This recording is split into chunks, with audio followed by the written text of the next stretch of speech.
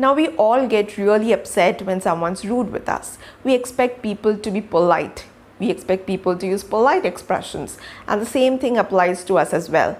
So when talking to somebody, we should always try our best not to be rude. So in today's video, I shall tell you about some of these commonly used expressions that can actually sound rude, and what alternate expressions you can use so that you sound effective, you mean the same thing, but you don't sound rude. So stay tuned and keep watching to know what these expressions are all about.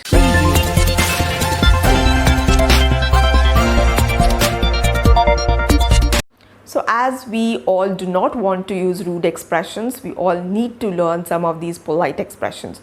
So in today's video, I have actually compiled some of my favorite expressions. So I shall discuss just 5 expressions. So if you like these expressions, do let me know in the comment sections if you want me to come up with more of such expressions. There are plenty of them, and I could just compile 5 to give you all an idea as to how you can make rude expressions sound polite, or how you can actually find out alternatives to these rude expressions. So do let me know if you want more of these kind of videos in the comment section. And without delaying today's video, let's get started and look at expression number 1. So today's the first expression is about related to death, or when somebody dies. Okay, so the word death or died has kind of a negative feeling attached. Might sound harsh at times. So in a situation, say somebody was admitted in the hospital, and you go visiting, or somebody asks you about the well-being of somebody who was sick or ill for a long time, and you just say he died or she died. That doesn't really sound very pleasant to the ear. So an alternative to saying died is what you might have observed most of the doctors use when they couldn't save a person, is he passed away. So passed away can be a little kind of a polite sentence or a polite phrase, or much better, and what I prefer using is he did not make it, or she did not make it, or she couldn't make it. Or so this couldn't make it makes it clear that so and so died, but the phrase is such that it doesn't sound really harsh. So you might see most of the doctors using it to, calm down the person at the receiving end.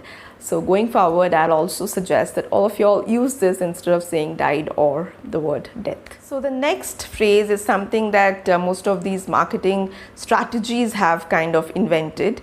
So say you go to, you want to purchase a car, and you are looking for an used car.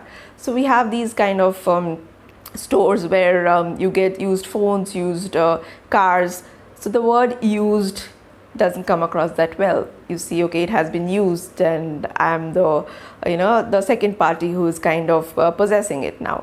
So what these marketing people actually came up with, the phrase previously enjoyed. Okay, so it means the same.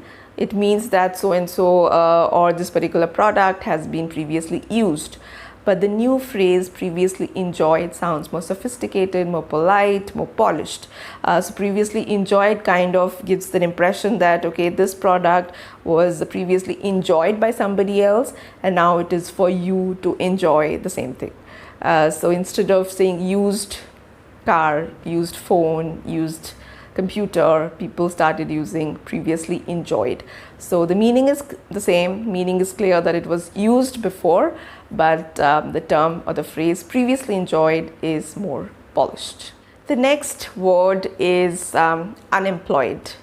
Now again, a very kind of a this negative impression kind of a word.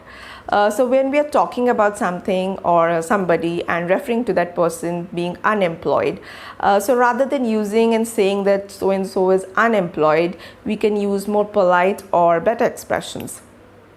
Things like laid off. And even most of the companies these days, they don't say that they are just firing somebody. They use the word laid off.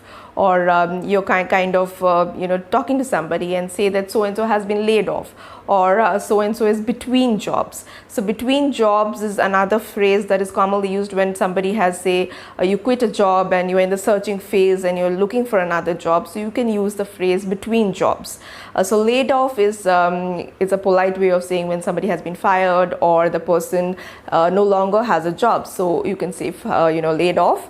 or you can say between jobs when somebody is looking for a job change or is unemployed at the moment but might join a job in the near future. So instead of saying unemployed, use words like laid off or between jobs. So what do you say for a person who is in front of you in a wheelchair? You call them handicapped. Or if you come across a person who's not that mentally stable, could be the reason or the issue could be anything. We're not getting into that. But how do you address these people? Do you call them handicapped? Well, if you do so, let me tell you, it's pretty rude. Okay, so do not use the word handicapped for people who are suffering from these kind of ailments. The better choice would be saying mentally challenged or physically challenged. We have also come across the term called as differently abled. So people who are physically disabled, we have this term called as differently abled, or who is not that sound mentally. You can refer to them as mentally challenged, or somebody who's physically unfit as physically challenged. So these are better phrases, alternatives, rather than using handicapped. Last phrase, and my favorite, and that's because it's a bit funny. The phrase is something like, it fell from the back of a truck. Now, why do we use that? Okay, let me give you a scenario. You just got a new phone at a very cheap rate. So compared to the market price, say the phone that you bought is comparatively very cheap. And your friends ask you, okay, how did you manage to get it that cheap? And the real reason behind how you managed to get it real cheap was that you got it like from a person who sells a stolen product. So you get to see these people who sell stolen products at a very low rate. So it might be one of those products. So you might have got it from say a street vendor or somebody who sells stolen products, and you do not actually want to illustrate this entire scenario to your friend, and you just want to keep it brief and don't want to reveal all the details. So when your friend asks you, how did you manage to get it that cheap, you say it fell from the back of a truck. So this phrase was something new to me, and I really liked it. So especially for people who do not want to give in more details, and situations like this, when you kind of in a tricky manner get hold of things at a very low price, maybe you can make use of a phrase like it fell from the back of a truck. So this was a collection of the top 5 or 5 of my favorite phrases or polite expressions that you can use if you do not want to sound rude.